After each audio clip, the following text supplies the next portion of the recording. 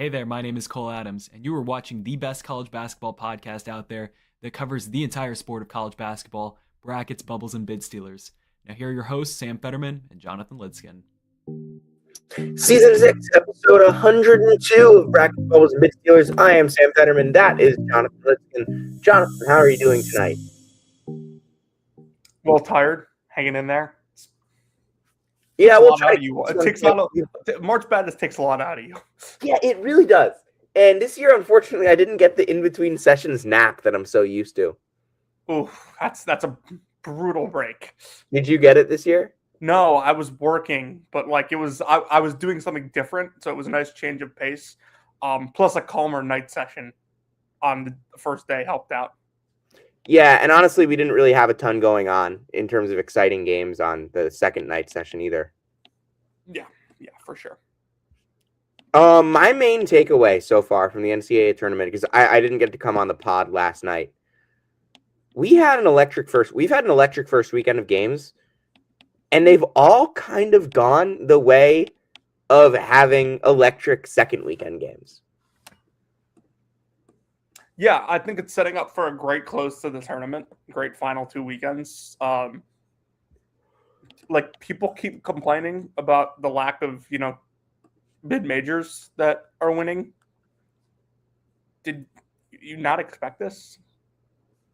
My other thing is I hate to sound like a smartass, but we said it all year. Like we look at tournaments going back to like 2008, 2009, 2000. Like we didn't get like 4 12 seeds in the Sweet 16 every year. Mm-hmm. Like we got a couple 15 seeds in the Sweet 16 a couple years in a row between Oral Roberts and Princeton and St. Peter's in the Elite Eight. And then everyone all of a sudden thought that they were entitled to a 15 million over a 2 every year. Yeah. And everyone always and then we got Oakland over Kentucky the year after that. And then we got Oakland over Kentucky. So now I feel like everyone always thinks they're entitled to a 3 over 14. Jonathan, there were like 6 2 over 15s in the first 30 years of this. There were no ones over. If they happen all the time, they're not special. Yeah, and when the best teams win, and when the best teams are really good, which they are right now, and like I do hope that eventually we get like a pendulum swing, because I will say, last year I tweeted out that the pendulum swing, that I thought the pendulum swing would come back in this direction at some point.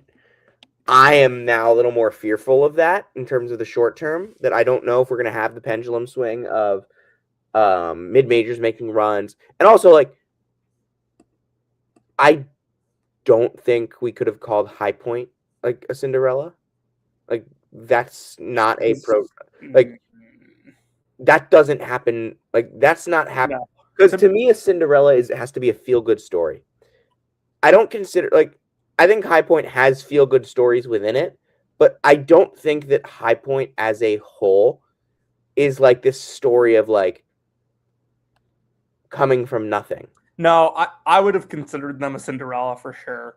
Like, I'm sorry, I know they spend a lot of money. I know it's way more than the rest of their league, but like when you're in a one bid league and you have to win your conference tournament, like you play all season and you have to play well during your conference tournament to get there, like that's a Cinderella to me. I don't care how much money you spend. I think that's fair. I think it's a very fringe case. Like you could convince me it's a Cinderella. Texas, like obviously not a Cinderella. What I always said. It's weird. Like I don't think Texas is a Cinderella, but like I kind of think NC State was 2 years ago because they had to win their league. I don't think NC State was a Cinderella.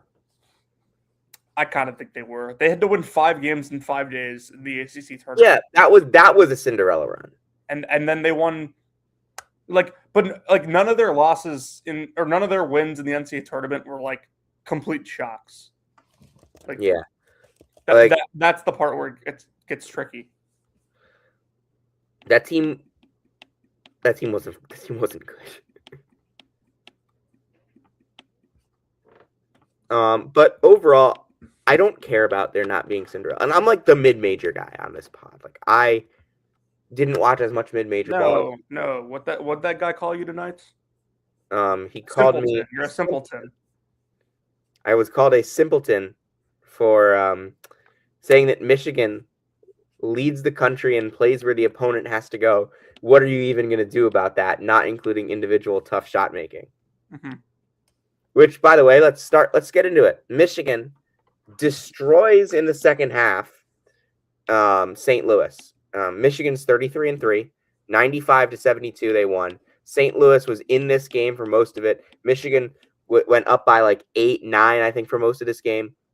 Then closed a 16-3 run to open up the big lead. Yaxel Lendeberg had 25 points, 6 rebounds. Adai Mara, I thought, was the best player on the floor.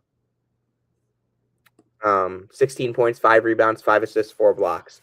And that's, to me, something that St. Louis just didn't have an answer for that size. And Michigan's athleticism made it so that they could cover the ground defensively. If this was a 30-minute game, it would have been incredible. But Michigan's talent and size was really overwhelming down the stretch. Like, St. Louis just, you could see it. They just ran out of gas. Like, shots started not to go in. You know, they just couldn't get stops. Michigan was at 1.35 points per possession in this game. It's freaking incredible. Like, just the overwhelming talent on this roster is too much for a team like St. Louis. And I think St. Louis is a really talented team. Like, they have 9 guys that can really play, and we saw all of them in this game.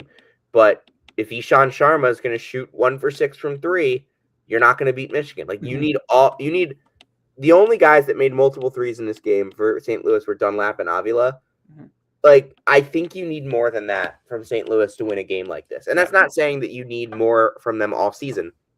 I don't think there's really anything more you can ask from Trey Green, Ishan Sharma, Quentin Jones, Deion Brown, Amari McCautry throughout the season, aside from maybe like a little bit more in late February and in the A10 tournament. But those guys were incredible all year long. I thought Kellen Thames was one of the best defenders in the sport throughout the year. Amari McCautry was just this dynamic, even though he didn't have he started the season like averaging like 20 a game. And then he didn't end up like averaging that many points, but I thought he grew in so many ways around the game, and I really hope he comes back next year to St. Louis because I think he'll be the A10. He has a chance to be an A10 Player of the Year candidate next year, Jonathan. McCautry, that is. Yeah. Agreed. I'm trying to think who Amel Latong, Nick Lewis, Amel Latong, Terrence Hill.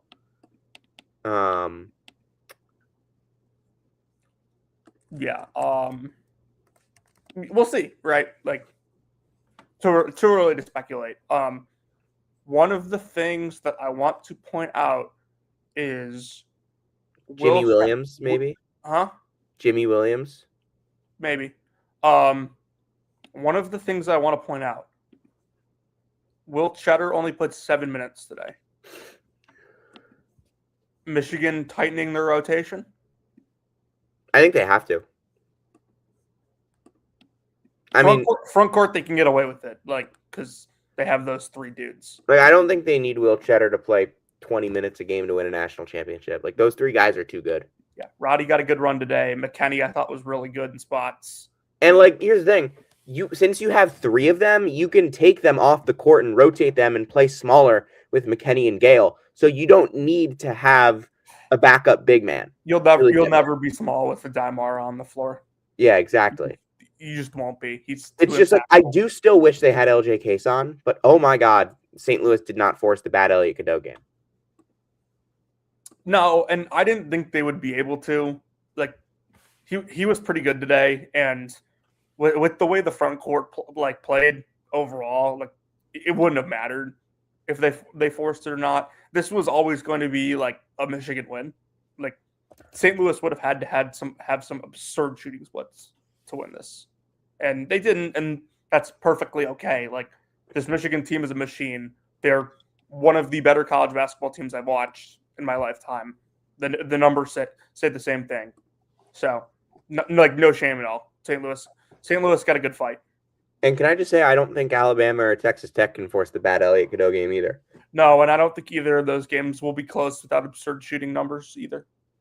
Yeah, I just think the physicality inside for Michigan is going to be too much.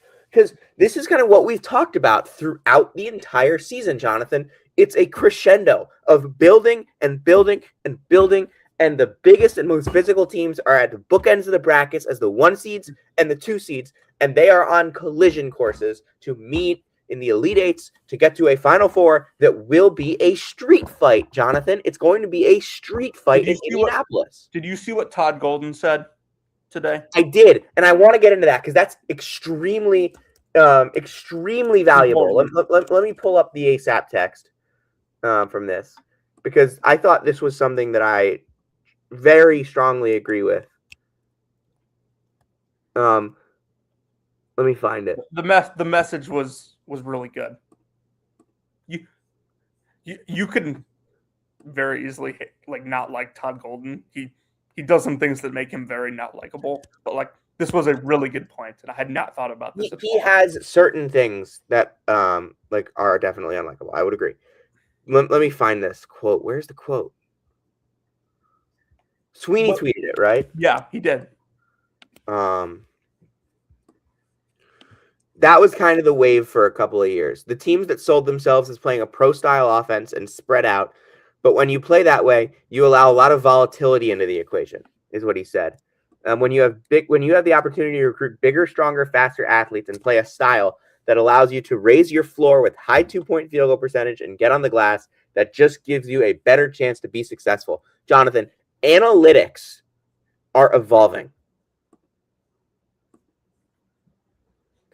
People have talked about analytics as if it's this blanket thing for so many years. And they've done the same thing in baseball, Jonathan. It's been the same thing in baseball. It's been the same thing in hockey. Every sport that talks about analytics in a blanket way. No, analytics evolve. Sure, the 3-point shot is the most efficient shot, or the rim and 3. And this is a very rim and 3 team. But the ability to control the rim is more controllable than the 3. And what is something you hear coaches, whether they're analytics-based guys or not analytics-based guys, say all the time? We need to control what we can control. It's coach speak. And coaches generally have wisdom. Regardless of whether they are analytic-based coaches or not, the general instinct of a coach generally lines up in some way, shape, or form with how you can apply analytics. The trend and the takeaway here is coaches when they have the resources to build an elite roster, the main thing that they focus on is making their team foolproof to teams that are inferior to them. Correct. And we've been doing this pod for I guess 3.5 years now, right? And we talked about, I forget which year it was, but we talked about the year of the big or whatever it was, and we noticed the trend how there's all these dominant bigs all over the sport. There were these dominant bigs, but they were dominant scoring bigs. But the idea has progressed to dominant big teams. All these teams that are good are positionally big. Jonathan, 1, 2, 3, and 4 in KenPom are 1, 2, 3, and 4 in defense. Number 5 in KenPom is number 6 in defense. Number 7 in KenPom is number 5 in defense. Yeah. And by the way, Houston today jumped Florida in KenPom. I want to get into the Cougars. 88-57 thumping of Texas A&M today. Not a good end of the season for Bucky McMillan's team, which only was able to force 7 turnovers on Houston. Houston grabbed 19 offensive rebounds. The Cougars are now back to 4th in defense after being I think 8th at some point. But yeah, the turnover margin for Houston against a team that thrives off of turnover margin in Texas A&M to a lesser extent. Houston's turnover margin and ability to kind of control a game. That was never a good matchup for the Aggies. If Chris Sinak is going to play like that, Houston is as good as anyone else in the sport. we know that Houston's guards are probably the best trio of guards in the entire sport. The question with Houston this year has been depth and what they do typically that hasn't been as good this year. Offensive rebounding, for example. But if Sanak is going to be a legit scoring threat for them, like who's going to stop them? I agree. Or who is going to have an easy time stopping them? I'm with you. I think that that's something to keep an eye on with this team, Sanak's development, because they now have a guy that they can maybe throw it into and get fouls called, get all that stuff. Houston attempted 25 free throws today, Jonathan. 25. Not something they do very often. Not something they've done very often this year. Houston's bench was also really good today. I've been kind of thinking this. Like, that bench is undervalued. Mercy Miller, Chase McCarty, Khalifa Sacco.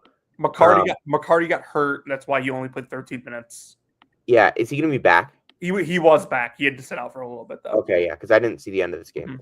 Ramon Walker and Isaiah Harwell only played 6 and 4 minutes. But, like, Ramon Walker gave them spot minutes in the NCAA tournament a couple years ago. Yeah. He's been around for a long time. Like, I think Ramon Walker can give them some spot minutes in different spots. Isaiah Harwell has given them minutes throughout the year in important games too. So I think that Houston's bench is undervalued this time of year. But, like, their ability to win a national championship comes down to their starters. So let's not get that twisted. They're not like Houston's not going to win a national championship because of its bench. I think there are certain teams out there but they that could win a national championship.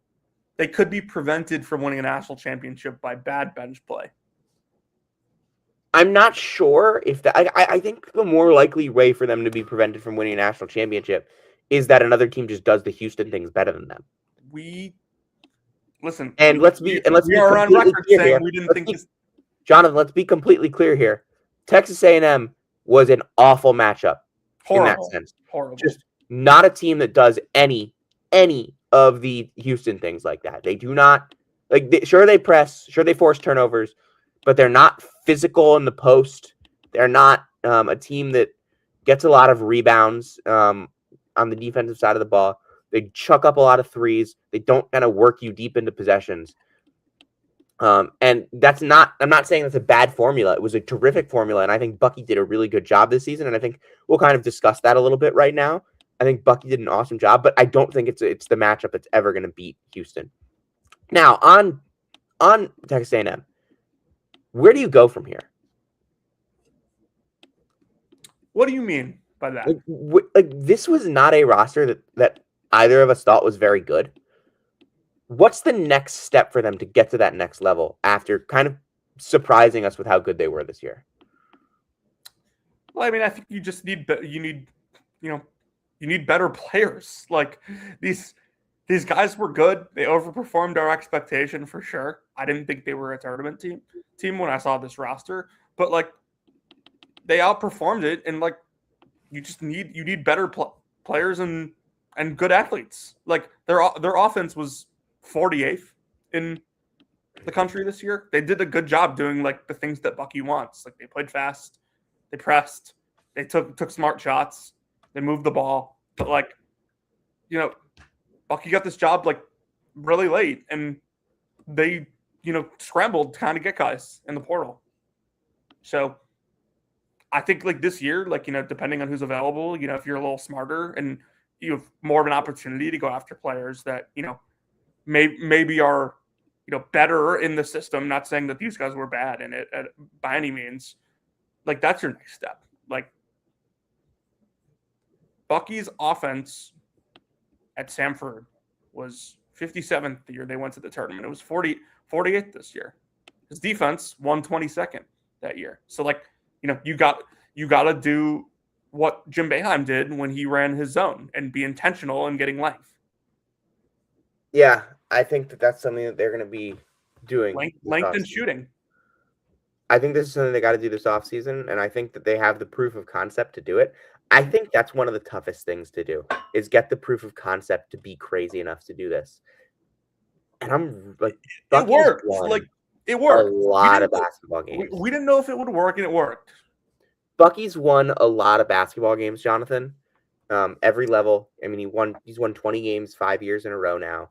High school, he was tremendous. Obviously, kind of had best players too, so that was a different story. But like, what happens now if you start to get him a little bit more NIL? Give him a little more of the rev share. Obviously, football there is king, and baseball is a huge deal too. But I think Bucky's earned a bigger plate at the rev share table next year with how well he's performed this year as the coach. And I think that he's going to get a little more NIL investment probably into a team that, I mean, I'm obviously just speculating here, but proof of concept in today's college basketball is extremely important in terms of building a budget at a school like Texas A&M that's not a basketball school. And I think that being able to do that with the resources that they had last year, which were not small, but like it was late, very late in the cycle. A lot of the best players had already kind of closed down their open recruitments and like gotten down to a couple teams by the time he got the job at the Final Four. And like Rashawn Agee was like in court this year. Like Ruben Dominguez came out of absolutely nowhere to be this like monster shooter. Zach Clemens was like a completely unplayable high major player. Yeah, Zach Clemens was completely unplayable. They got Ali Deba in like July. Yeah. They stole him away from DePaul. Like they got Pop Isaacs in like June. He was gonna go to Houston. Marcus Hill had like only had like bad shooting splits on like bad teams, and he was good for them this year. And then Mackenzie Mbako gets hurt in like.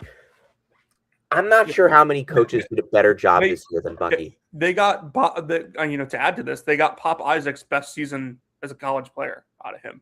Yeah, I'm not sure how many coaches did a better job this year than Bucky McMillan. Yeah. No, he did a really, really good job with this roster. Overachieved for sure. All right. I thought there was a chance that this, like, I think I had them somewhere around like 53rd, 54th in my preseason rankings.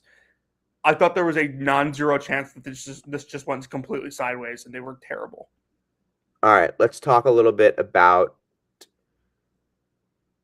Duke. 81-58 win over TCU. Just like they were playing like crap for the first half, apparently. And 2.5 bad NCAA tournament halves. Yeah, and then they've played 30 bad. They've played 50 bad NCAA tournament minutes so far. Yeah, and they're waltzing into the Sweet 16. Yeah, this wasn't easy. I mean, it was a 4-point game at the half. Like TCU came out of halftime completely suffocating them defensively. But like Duke was much more intentional in the second half about getting to the rim, and it paid off. Like they got a ton of foul calls. I think Duke has this thing. Like when they're intentional about going at the rim, they can't be stopped. Yeah. Like I mean, I think at their absolute best, they are a dynamic offense on the perimeter as well. But when all comes down to it, and they just need a basket, they can get what they want at the rim. Pat was plus 20 today in 13 minutes. Like it's there's no secret to like how impactful he is for this team. Outside of Cam Boozer, there is nobody on this team that Duke needs more than him. So I love that Duke has the extra. Like, listen, I picked St. John's, and I'm not running from that. If St. John's loses tomorrow, maybe we reevaluate or whatever. But I'm not running from that. But I think it is important that Duke doesn't play till Friday now, because you get the extra, and they played Saturday, so you get the extra couple days to go get him even healthier, because you're going to need every bit of him against St. John's if they played them, or against Kansas. Yeah. I mean, Flory wrecked him last time those two teams played. Anything else to say on this game? I thought like the goaltending call was complete BS. Like TCU got screwed. We're talking about the whistle in a 25-point game. TCU got screwed, but like Jamie Dixon's a veteran coach, and he went and got a technical in a 9-point game in the second round, and you just like can't do that. Like it took them out of the game. Yeah. Your screen is frozen, by the way. I don't know if it's me or it's you. Am I frozen still? No, you're good. Yeah, I thought I was just maybe. All right, Jonathan. I don't have anything else on Duke. Duke will play the winner of St. John's, Kansas in Washington, D.C. I will be there on Friday. That will almost definitely be the nightcap on Friday. You're frozen again, by the way. Can you hear me, though? Yeah, I can hear you. You're just okay. Then it's fine. I'm just letting you know. That will almost definitely be the game of the day. Game of the tournament. Nebraska-Vanderbilt. Nebraska 74, Vanderbilt 72 at Pinnacle Paycom Center. Where do you want to start here?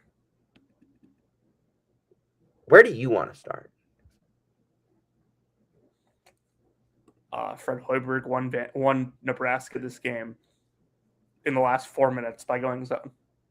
All right, go ahead. Talk about that. They went 1-1, and Vandy did not have a clue how to beat it. Like, they couldn't get it to the corners. They couldn't get it to the corners. They didn't put anyone in the middle of the floor. Like the spacing was just bad, and they couldn't get a good look. Like, and to add insult to injury, like their defense in the last 4 possessions was terrible.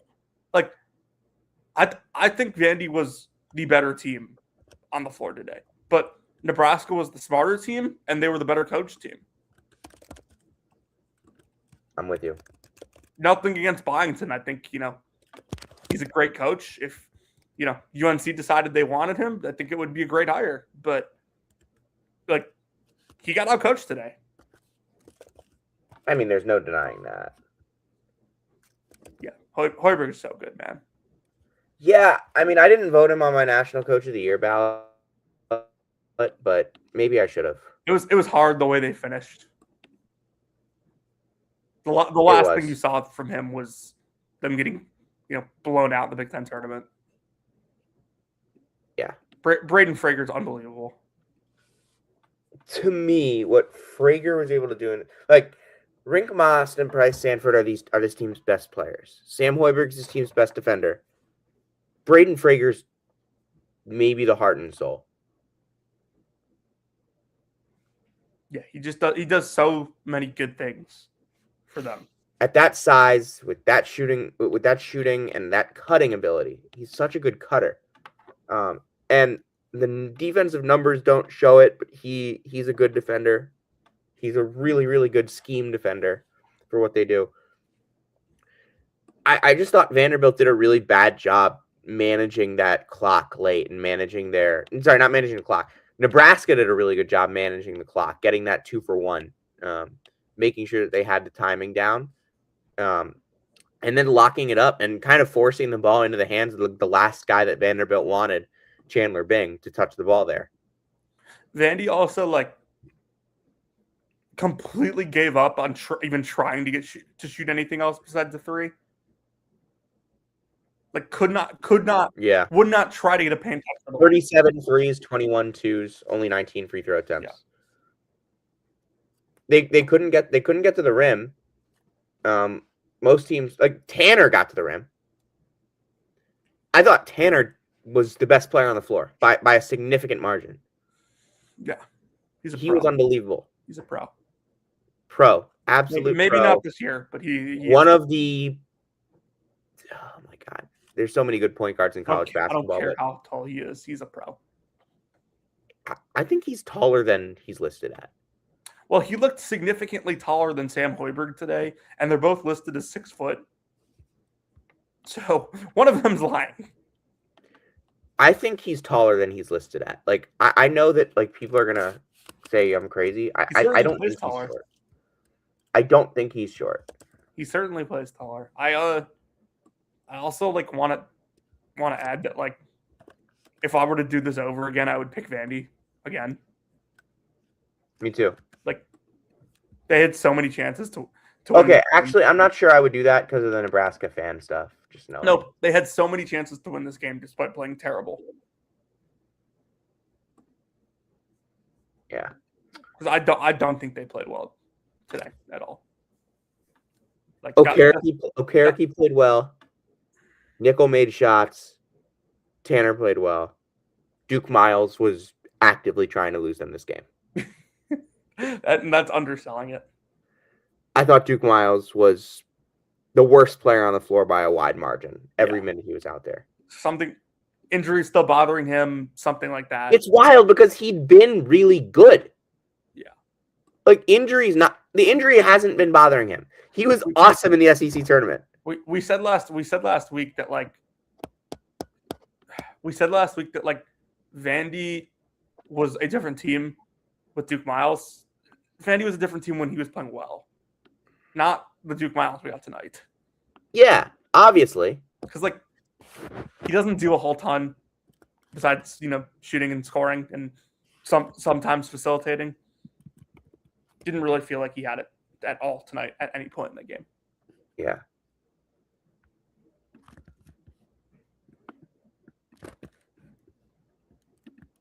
What other game do you want to go to now? Michigan State, Louisville? Sure.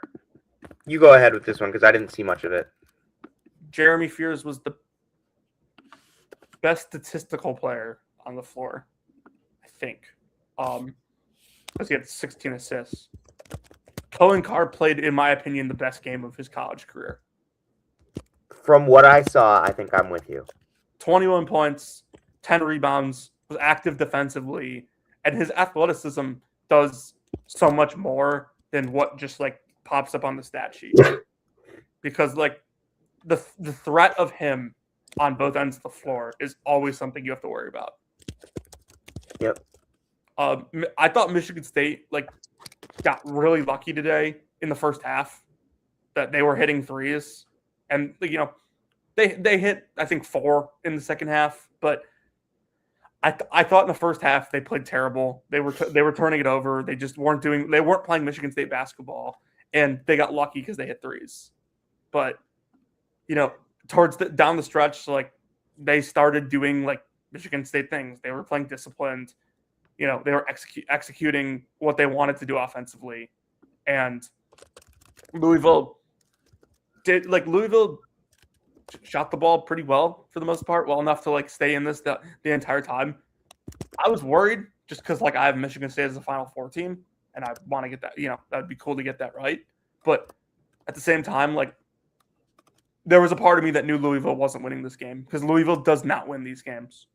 Yeah, that's what I want to get into, Jonathan. We knew the math equation for Louisville, and I think Louisville fans knew this too. And I think they're a little disappointed by the way their season went. This was supposed to be a top 5, top 10 team in the country. Yeah. And every time they played against a top 5, top 10 team in the country, they were completely, not necessarily destroyed, but shut down. They were overmatched in a lot of those. Their worst 3 games of the year by effective field goal percentage: Tennessee, Virginia, Duke. Mm-hmm. Arkansas held them down. Duke held them down a couple times. Carolina, the three best defenses they played.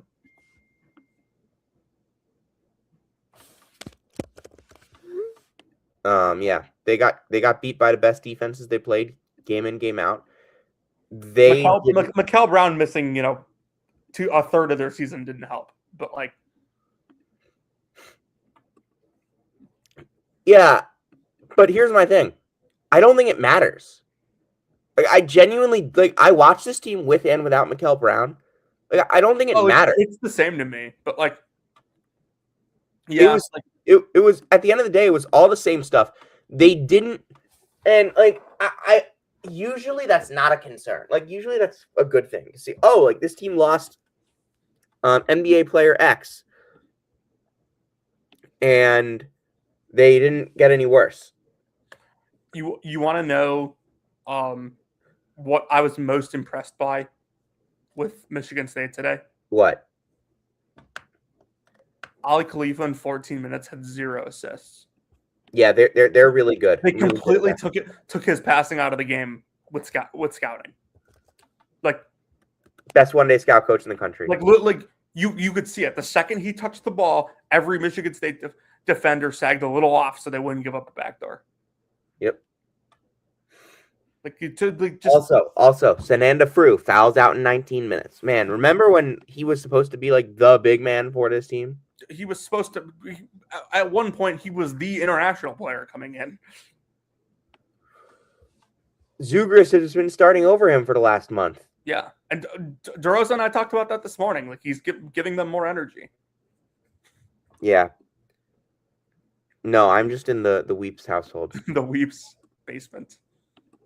I mean Jeremy Fears, man. Like this guy, I know he's like he can't break the record, but like it feels like he's coming for Braden Smith. If he does not go pro in the next couple of years, he is going to break the record. Is he not a junior? No, he's a sophomore. He got a red shirt. Right. Of course. Yeah, then he's gonna break the record. 16 freaking assists in an NCAA tournament game. He's averaging 9.4, Jonathan. Like, it's just unbelievable. And the best part is, like, I thought he made some mistakes today. I don't even think he played his best. Is Jeremy Fears the preseason National Player of the Year? No, because the points won't be high enough. Who is?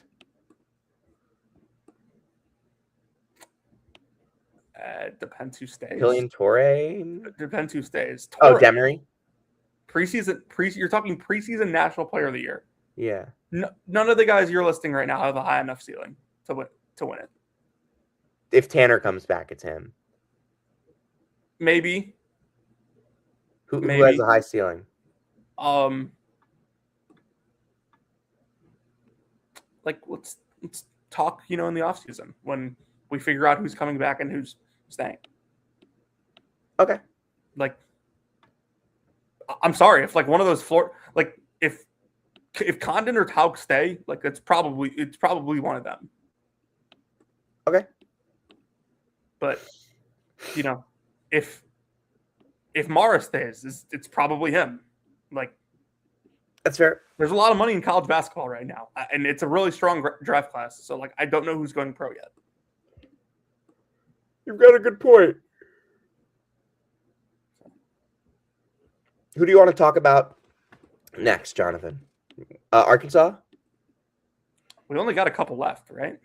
We've got to talk Arkansas. We've got to talk Texas Gonzaga. We've got to talk Illinois VCU. And we've got to talk NIT. Oh, I didn't watch the NIT. So neither did I. I just want to talk about it. Let's go Texas Gonzaga. By the way, Isaiah Sealy played 1 minute in this Arkansas High Point game, and it was like 5 minutes too many. Really simple here. Gonzaga's offense just was not good enough without Braden Huff. Yeah, it's unfortunate. Like, could not generate an easy look for the life of them. And I thought EK was like pretty good. But Adam Miller gave them nothing in this tournament. Dalen Swain has played like an NBA player in the last month. Yes. Like full on display tonight. 11 points. He's facilitating. He rebounds the ball. He defends. Like he to me was the best player on the floor tonight on either side. Man, I thought Tremont Mark was about to do it again. He was awful tonight. It's so bad. This is the Tremont Mark that I remember. We know. Matas Vokatitis, man. Has there been a player that's raised his stock more over the last month in college basketball than Matas Vokatitis? Has there been a player who's gotten away with more flagrant fouls ever than Matas Vokatitis? Plavšić. No, he didn't really get away with them. No, he definitely did. No, I think Vokatitis has been really good for them. He's a beast on the glass. He bothers the hell out of you. And you could see how frustrating it is to play against him because of how physical he is. Like he draws like more fouls per 40 than everyone in the country except for 2 players. Yeah, I mean if he could make like 80%, 75% of his free throws instead of 67, he would be unbelievable. Dude, if he made free throws against BYU, like that game wouldn't have been close. Oh, by the way, Name the two players with higher free throw rates than Matas Vokatitis.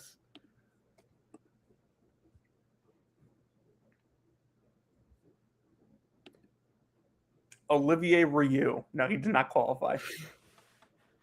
Tell me. I don't know. Luke Wilson from App State, who is this terrific defender, but is not very high usage. And Elijah Price from Nevada. Okay. Who had 15 points, 10 rebounds, and 1 assist as the Ken Pom game MVP for the Wolfpack against Liberty in the NIT today. Vokatitis is a high usage. Nevada had, by the way, a triple-double from Corey Camper in this game. I did not know this. I did not either. And he did not win Ken Pom MVP because he was 4 for 14 from the field. Elijah Price, high major player next year, I think. Yeah. Really underrated season in the Texas is playing some really good basketball right now. Yeah, they were playing really badly coming into the tournament, but these last 3 games, I've thought they've been pretty good. Yeah, just so much more intentional. Like Jordan Pope has been really good. And in the tournament for them. They only needed 9 free throws today. They only needed 9 free throws and 5 offensive rebounds today. That's not their MO. I don't know if they can beat Arizona, but they can absolutely win another one.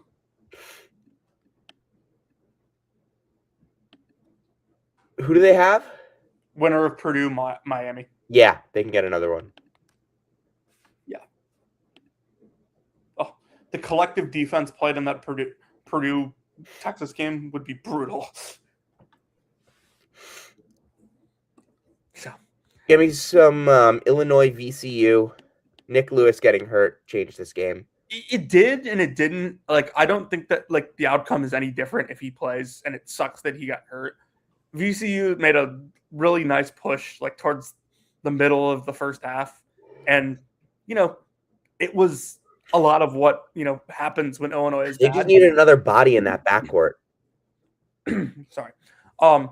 It's a lot of what happened when Illinois is bad. Like the ball is sticking, they're not taking good shots. But Illinois settled it down. They got it back to 7 at half, and they just took over from there. Like Illinois is the perfect example of what we're talking about with these teams being intentional and being big and controlling what they can control. Like Illinois does not always shoot it well from 3. They did in the second half today. They finished 9 of 24 from 3, 37%. But they dominate the glass. They don't turn it over. And it's like the perfect recipe for beating teams that you're better than. And has Illinois been the best team in this tournament or Houston? Florida. They won by 59. Yeah, but they played Prairie View. Of the teams that have played 2 games, it's been Houston. Okay. And then finally, Arkansas High Point. I was really glad that we got 6 minutes of Conrad Martinez and 8 minutes of Yusuf Singare in the NCAA tournament second round. This is what the pod is all about, Jonathan. This is what we love to see. This is what we love to see. Yeah, I mean, they just had Chase Johnston on the floor for so many minutes in this game, and he just can't guard anyone. And he doesn't guard anyone. They just had too many guys on the floor that couldn't guard anyone. Rob Martin and Cam Fletcher were trying to will this team to the finish line. It wasn't enough. And nobody guarded. No, Arkansas doesn't play defense, and it's going to catch up to them probably, next round unless Utah State pulls a miracle tomorrow. But this is. Even then, who the fuck? Mason Falslev would go for 30, and MJ Collins would go for 30. Yeah, I did not think Billy Richmond was good defensively at all. Acuff is really, he's gotten really a lot good. of defensive hype recently. I thought he was not good defensively. I don't think anyone in this game defended well. A couple good defensive plays, but just Thomas and especially Acuff, man. Acuff is outside of you, and I don't think anyone in this game defended well. I think Darius Acuff, is he the best freshman point guard you've ever seen? You're asking me to take him over Cade Cunningham, which I have a really hard time doing. I am asking you to take him over Cade Cunningham. Can you do it? Cade was a much better defender. Acuff is a terrible defender, with all due respect. Acuff is the best. I don't disagree. Acuff is the best offensive freshman point guard I have ever seen. I'll give you that. I don't disagree that Acuff is a bad defender. I don't think it has mattered. Well, he's so good on offense that it doesn't. But like that's why draft Twitter doesn't. Like I'm taking him over Trae Young as a freshman point guard. Oh yeah, 100%. I don't think that I don't think that it matters because he's so good on offense. But like that is why draft Twitter does not like him because he does not defend. Okay, John Wall. John Wall. Is he better than John Wall? Yeah, I think so. Okay, is he better than? I was young. I was in second grade when. By the way, looking at pure point guards, freshman year, highest Torvik PRPG. Obviously, just this doesn't mean anything. But number 1, Trae Young. Number 2, Darius Acuff. Number 3, John Wall. Number 4, Jalen Pickett. We will never die. I remember watching Trae Young in Oklahoma, and I was a sophomore in high school when he was playing his one season at Oklahoma. And, this is when I was starting to, figure the game out a little more. And I remember like my one take being about like him and that Oklahoma team is like, he was part of the reason that Oklahoma team was like completely awful down the stretch. All right. The last thing I want to talk about, Jonathan. Do we have any games left, or is that all of them? Hubert Davis. I was hoping you'd bring that up. This is going to happen. It seems like a foregone. I don't want to speculate, but Jonathan, I'm just going to say something right now. Bubba Cunningham does not text Matt Norlander to say that a decision is being finalized in the coming days if that decision is not going to be Hubert Davis is getting fired. I'm sorry. That is not like that is just how this works. Did I tell you what I said the other day after UNC lost? So What? I'm sure you noticed because it's been on Twitter that UNC blows that lead to VCU and Kenny Smith like mysteriously disappeared from the CBS television set. Yeah. They said during the night slate, or not, maybe not during the night slate, but they acknowledged the next day, like at the start of the day, he wasn't on the set again. And they said he was under the weather. Dude, that guy is not under the weather. He is in board of directors meetings. He is trying to find buyout money is what he's doing. So it seems like a foregone conclusion. We can talk candidates if you want. Yeah, I want to. Todd Golden. Would turn it down. I think that has to be your first call. I don't care. I would call him. I think he would, Florida would match the offer. Okay, that's fine. But like, you have to make it really hard on him. Like, I've seen a lot of people say like Nate Oates is the first call. No. Todd Golden's the better coach than Nate Oates. If you're gonna call Golden, why wouldn't you call Hurley? I think it's fair. I don't think I think Hurley not leaving for the Lakers is just like kind of something that's like, okay, like yeah, it's not worth it. UNC is the blank best job in the country. Duke's number 1. Okay.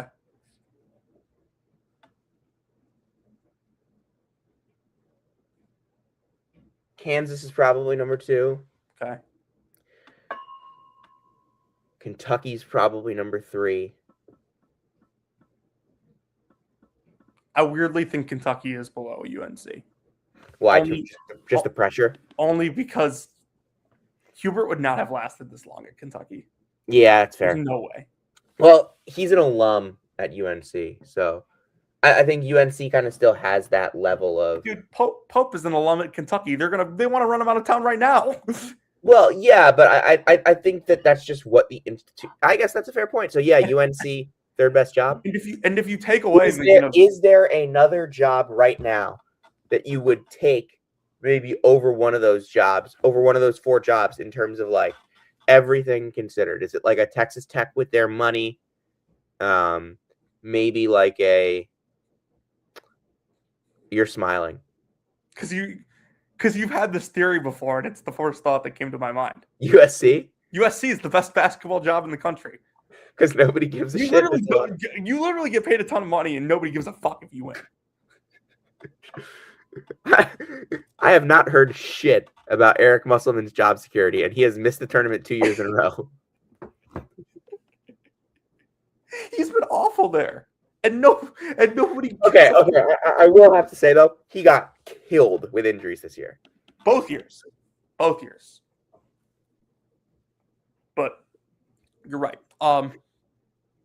Listen, if you're gonna here's kind of what I'm at. If you're gonna call Golden, you have to call Curley too. Okay. Oates is your third call, assuming we're not making the unrealistic like Jay Wright, Brad Stevens. No, we're done with. We are officially as a podcast retiring the Jay Wright, Billy Donovan, Brad Stevens, Bruce Pearl, any of those calls. Donovan, I won't quit on because like he's actually still coaching. No, I'm done with that. No, he's actually still coaching, so like I won't. Until he gets fired from the Bulls, it's not happening.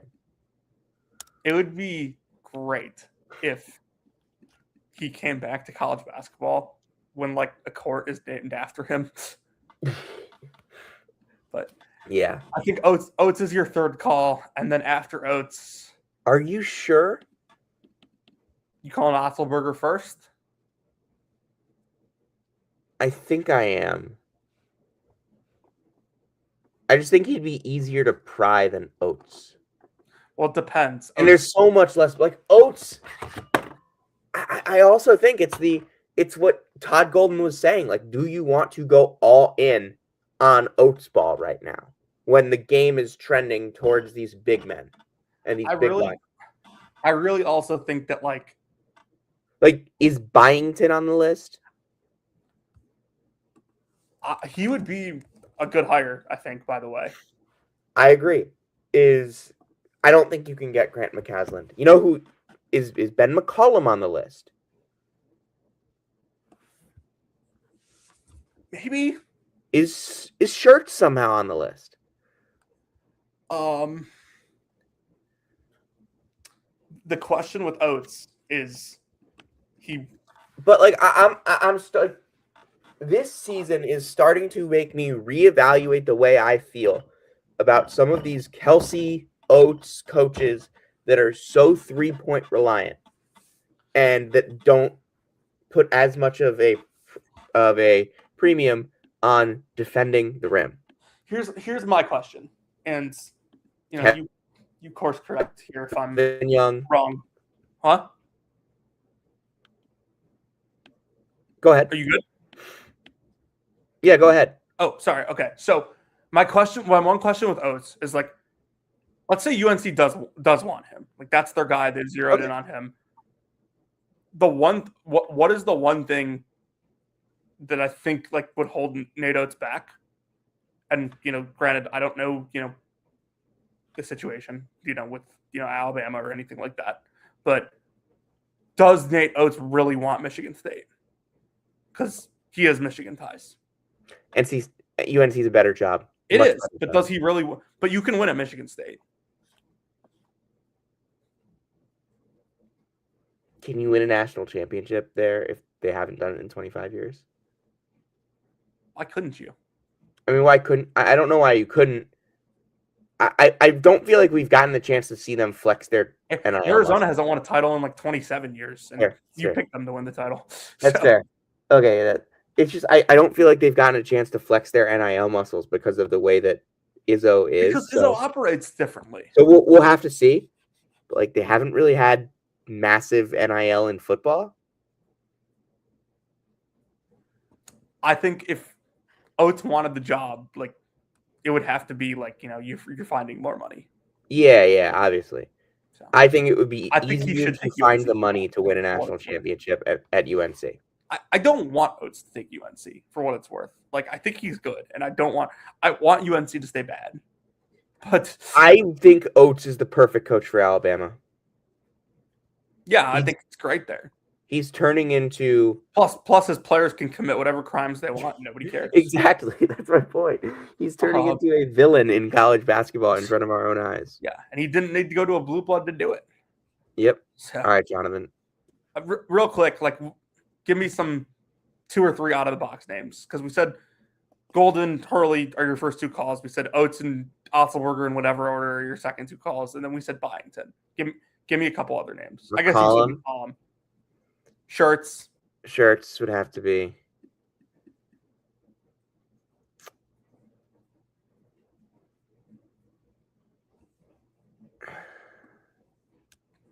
This cycle's tough, dude. This cycle's tough. McCaslin, but like that's not happening.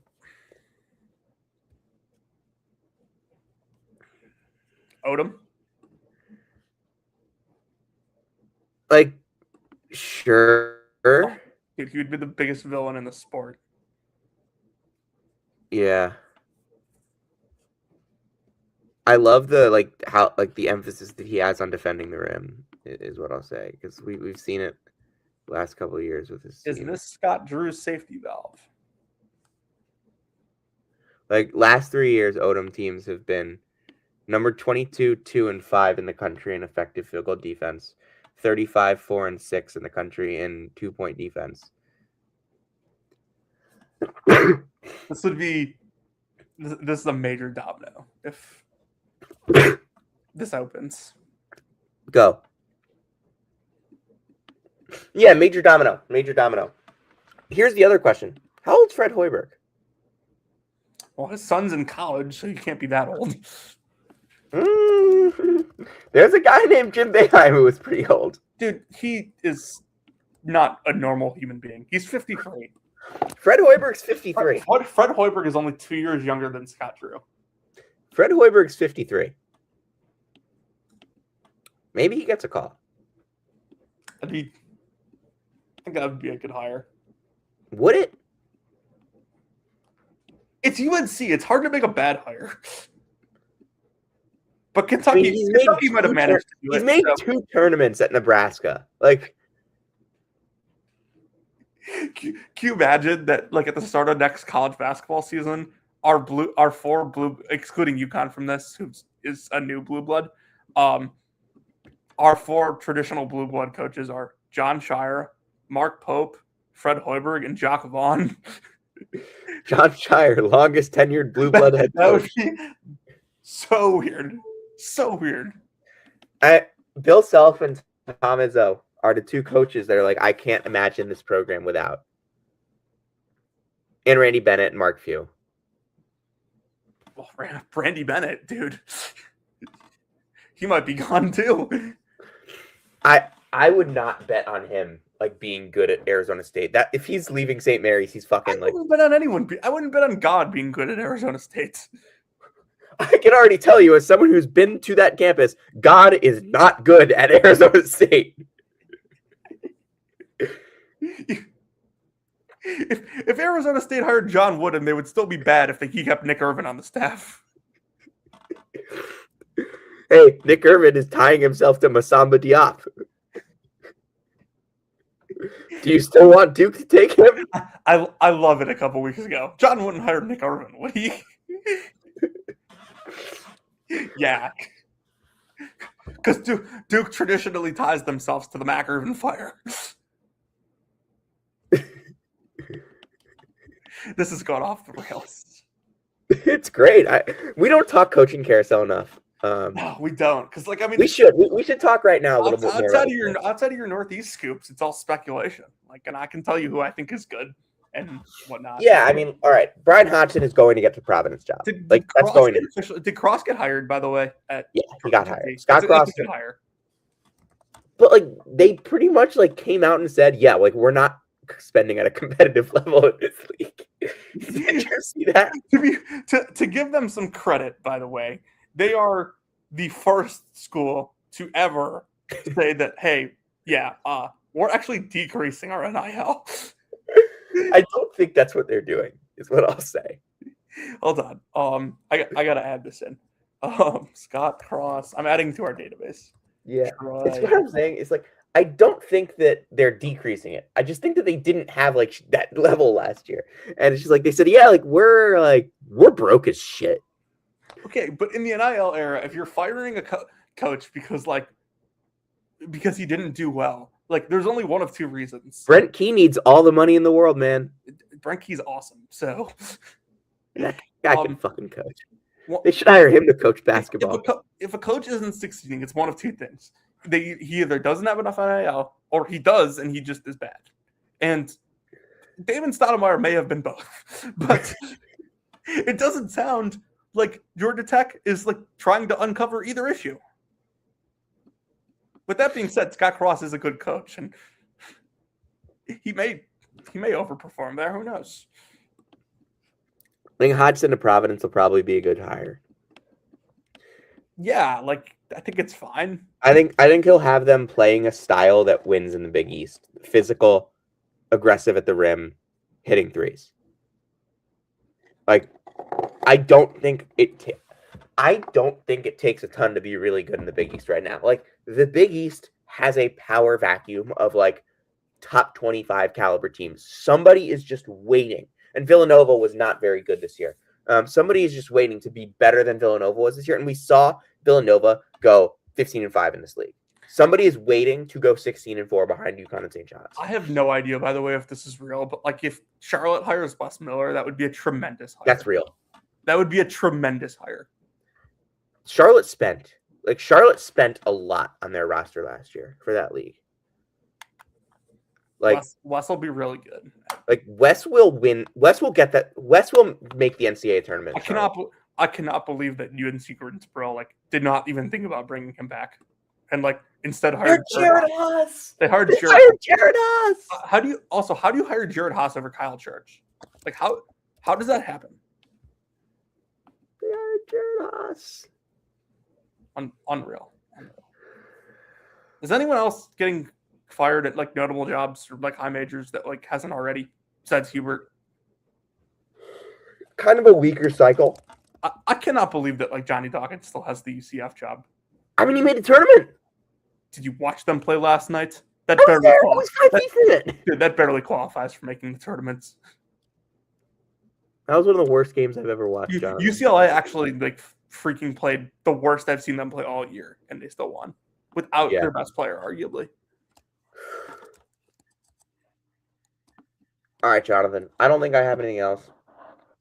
Oh, dude, Boston College is open. I forgot about that. Oh yeah, that job sucks. I think they think they're gonna get like. I've been told Patelis has been doing thorough interviews. I mean, they're getting Jay Larranaga. Like I think everybody thinks that's the way. That's kind of uninspiring. I mean, let's be honest here. Who could they hire that you would like? I mean, is like would Gallo not take that? I know you're not going to say, but like Sellers, I'd hire Sellers. As I've said, I don't know if I said this on the pod, but if Jerry McNamara ends up leaving Siena, which based on like the buzz around Syracuse right now, seems to be a maybe not likely, but very plausible solution. Probably the most likely, if not, I wouldn't call it like the probable solution. I would say it is the most likely solution. Okay, I have a semi-idea here. Pat Sellers would be my first call at Siena. Could Siena hire Bobby Hurley? They could. There were some rumors about Hurley wanting to come back east for certain jobs. So, like, it would make sense, I think, for him. I don't think it would be a good hire for Siena. No, I'm saying it would make sense for him, not for Siena. I think Siena should hire Pat Sellers if GMAC leaves. I totally agree. Totally agree. I just like this cycle was bad, but like UNC opening could make this so interesting. Yeah. All right, Jonathan, you want to take it? Okay, hold on. We'd get another high major opening from it. Hold on. I have an idea. This carousel goes completely out of whack because UNC opens, they hire Oates. Hodgson takes the Providence job, but then backs out because Alabama wants him. I think Bama would be able to poach a sitting high major coach. They have enough money to, I think. And like, let's be honest here, like there's some like Dude, how the hell did Kentucky end up with Mark Pope? there's some like clean your hands stuff. Like if Oates decides to leave, it's like if Oates decides to leave you, do you want to go back to the Oates tree? Oh, dude, the UN cheat would be so back. It's like my point is like if Oates leaves you, if he spurns you after like all the stuff that he's done, do you want to go back to his tree and get someone loyal to him? It's a fair point. I don't like, know. especially considering now, like you have the proven ability monetarily to compete at any level in college basketball. What's stopping them from going out and hiring Mark Byington? What's stopping them from going out and hiring TJ Otzelberger? I don't think TJ is leaving Iowa State unless it's for a blue blood. Oh, I don't know, but like my point is like what's stopping them from hiring like a Byington type? Okay, the thing you have to think about is like all these guys that like we're naming, like at least like upper level high major coaches that we think could take UNC. A lot of them like had the chance to get the Kentucky job and didn't take it. Are you sure about that? Like, there's no way they just went from Scott Drew to Mark Pope, right? I wouldn't be shocked. Alum, good coach. I still don't, I still don't hate Pope by any means, but like, I don't think he's a fit there. You know what they say? Nobody's a fit if you don't win. Yeah. I mean, that can all change tomorrow, by the way. Like, if they make back-to-back Sweet 16s in his first 2 years, like... Yeah, and they have a good chance to do it with Jefferson out. Yeah. I think. All right, Jonathan, you want to take us home? Yeah, I think I'm praying right now that I go to bed and I wake up and the first thing I see is that UNC is retaining Hubert Davis. You think this, like I think this is going to happen tomorrow. Like I think this is going. Okay. My people keep saying Monday, but like official carousel predictions, because I don't think I'll be back on the pod until at least Tuesday. Syracuse hires McNamara.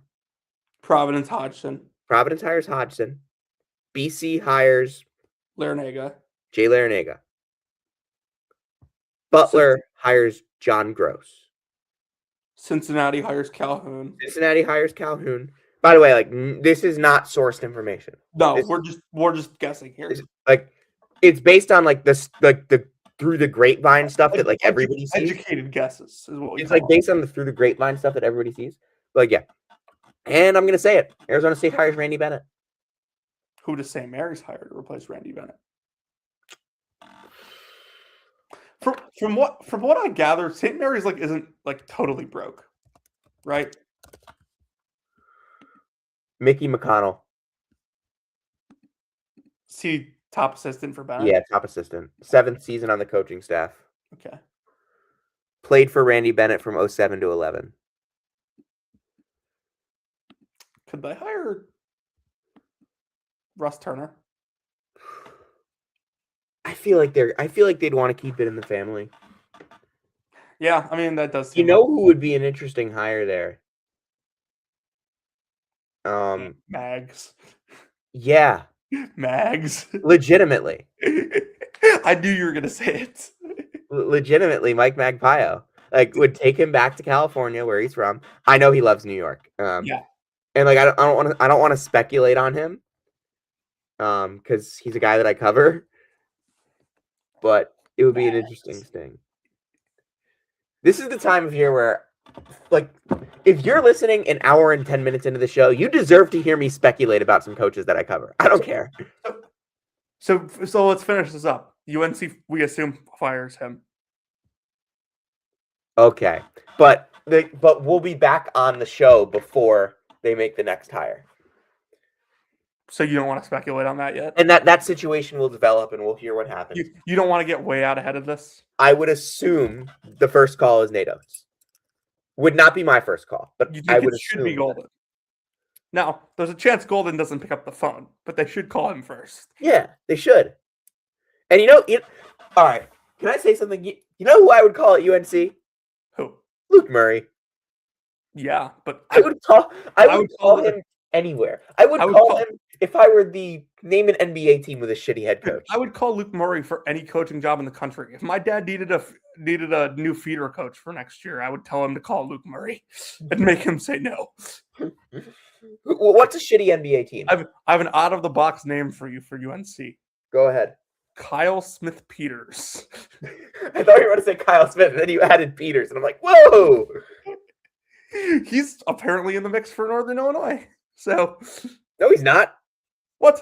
Northern Illinois hired Matt Mackerjack. Oh, that's a much better hire than Kyle Smith. It's a terrific hire. I thought WMU should have hired him, and then WMU made an even better hire by hiring Khalil Fennell. Okay, I need to get in one more thing before we officially close this out. Did you see the Dennis Gates stat last night?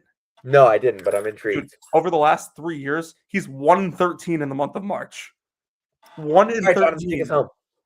If you came to hear about Tyler Self and where he's working, you came to the right place. If you came to hear about UNC head coach candidate Kyle Smith Peters, you came to the right place. And if you came to hear about the latest happenings with Caleb Grill, you came to the right place. This has been season 6, episode 102 of Brackets, Bubbles, and Bid Stealers. And we'll see you next time.